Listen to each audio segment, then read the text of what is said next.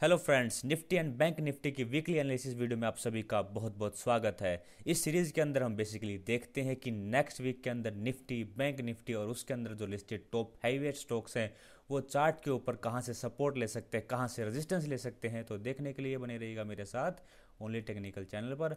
अगर दोस्तों आपने मेरा चैनल अभी तक सब्सक्राइब नहीं किया तो आपसे रिक्वेस्ट है, ऐसे ही इंपॉर्टेंट वीडियो पाने के लिए प्लीज़ मेरे चैनल को सब्सक्राइब कीजिए। अपना एनालिसिस स्टार्ट करते हैं, सीधा चलते हैं निफ्टी 50 के चार्ट के ऊपर। निफ्टी 50 का डेली चार्ट आपके सामने है।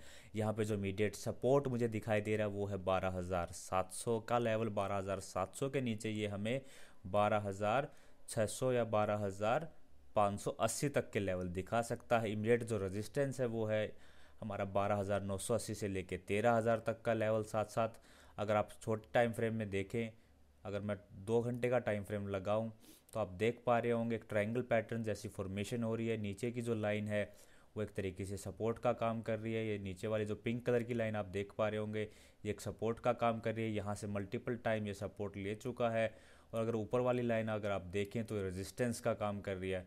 13,000 के ऊपर अगर क्लोजिंग देता है तो फिर दोबारा से नेक्स्ट वीक के अंदर आपको 13,100 से लेके 13,140 तक के लेवल दिखा सकता है। फिलहाल निफ्टी 50 के चार्ट पे कोई वीकनेसेस नहीं है। अगर हम चार्ट के ऊपर देखें तो 12,700 के नीचे ही इसमें हो सकता है थोड़ी बहुत वीकनेस आए और ये फिर हमें 12,600, 12,400 और 12,200 तक के लेवल दिखा सकता है। हालांकि लास्ट वीक मैंने आपको निफ्टी 50 के फ्यूचर को शॉर्ट करने की भी सलाह दी थी, जिसके अंदर हमारा जो टारगेट था 12,500, 200 और 12,000 तक का था और स्टॉप लॉस हमारा 13,000 का था।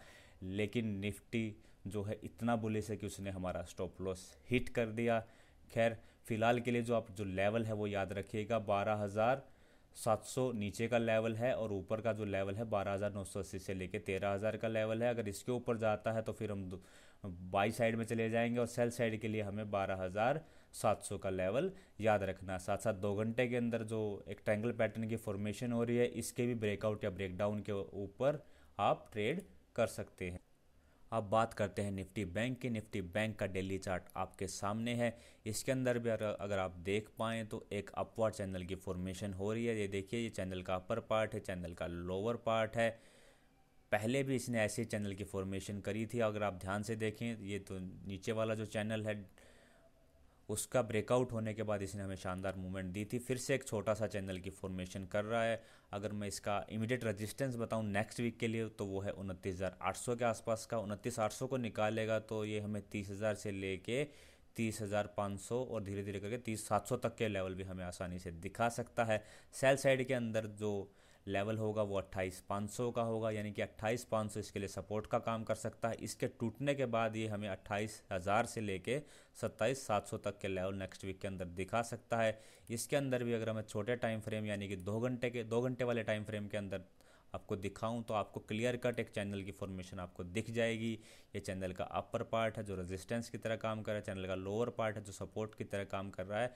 और आप समझ जाएंगे कि 29,800 का लेवल क्यों इंपॉर्टेंट है, क्योंकि एक बार यहाँ से रेजिस्टेंस, एक बार यहाँ से रेजिस्टेंस और फिर दोबारा से यहीं इसी के आसपास आके खड़ा हो गया। यानी कि 29,800 को जैसे निकालेगा आवरली टाइम फ्रेम पे तो हमें 30,000 से लेके और ऊपर तक की मूवमेंट भी दे सकता है। तो ये हो गया निफ्टी बैंक का, निफ्टी का चार्ट। चलिए अब इनके अंदर जो लिस्टेड टॉप हैवीवेट स्टॉक्स हैं उनका भी एक बार चार्ट पे एनालिसिस ले लेते हैं।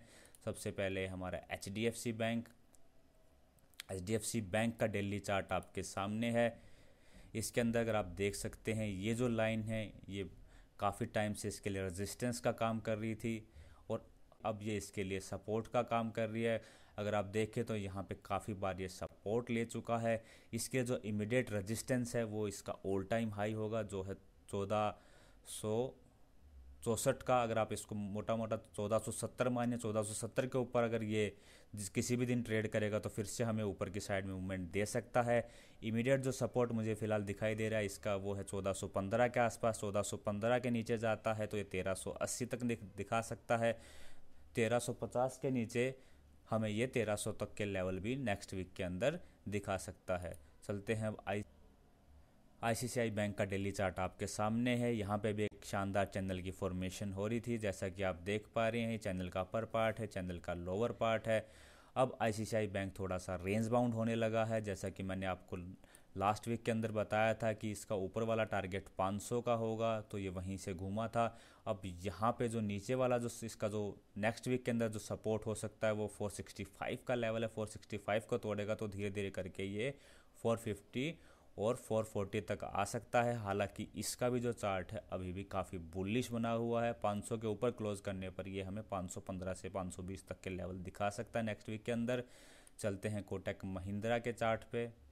कोटक महिंद्रा का डेली चार्ट आपके सामने है, ये भी काफ़ी बुलिश चल रहा है। लास्ट वीक के अंदर मैंने आपको टारगेट दिया था 1990 से लेकर 2000 तक का, इसने लगभग 1950 का हाई मारा है। अब 1950 के ऊपर जिस दिन ट्रेड करे ये हो सकता है उसी दिन आपको 2000 तक के लेवल दिखा सकता है। अब इसके अंदर इमीडिएट सपोर्ट है हमारा 1845 का। 1845 को तोड़ेगा तो धीरे धीरे करके 1800, 1740 या 50 तक के लेवल भी ये टेस्ट कर सकता है। 1740 इसके लिए काफ़ी स्ट्रॉन्ग सपोर्ट का काम कर सकता है। अब चलते हैं एक्सिस बैंक की तरफ।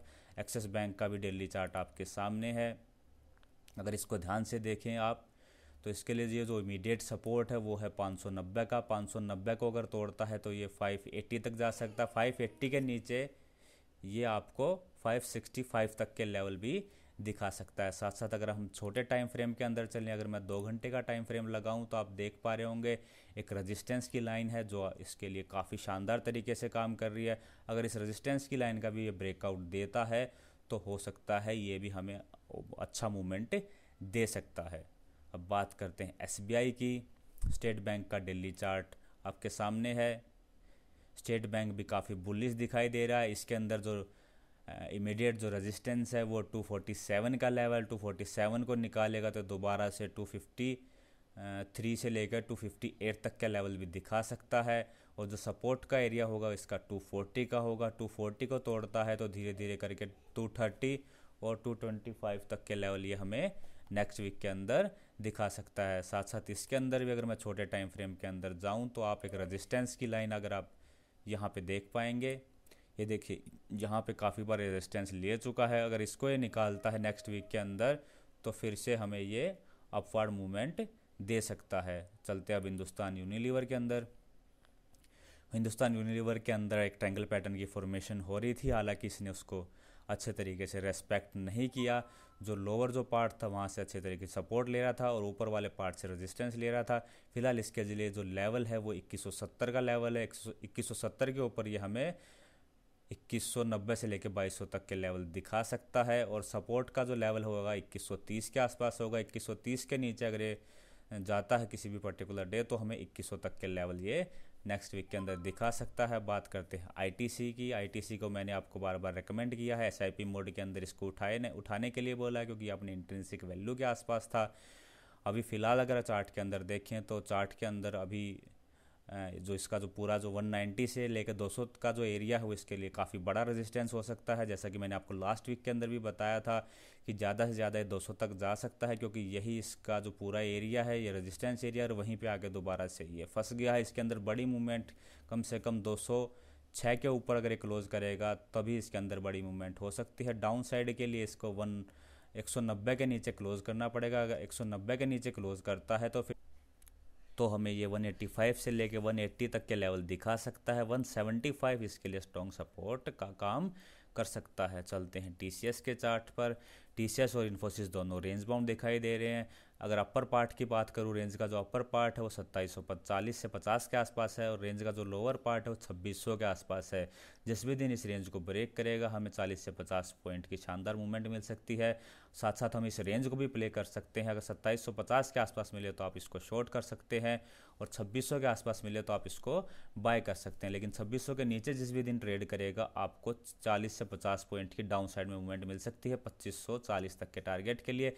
ऐसी अपसाइड के अंदर जिस भी दिन ये 2740 या 2750 के ऊपर ट्रेड करेगा आपको फिर फर्दर मूवमेंट आपको 2800 से लेकर 2840 तक की मिल सकती है। फिलहाल ये रेंज बाउंड दिखाई दे रहा है। ऐसे ही इन्फोसिस का चार्ट है, इन्फोसिस भी रेंज बाउंड दिखाई दे रहा है। इसके अंदर भी करीब करीब एक 100 पॉइंट की रेंज बनी हुई है। अपर जो पार्ट है वो 1150 का है, लोअर है हमारा 1050 का, यानी कि एक 100 पॉइंट की रेंज बनी हुई है।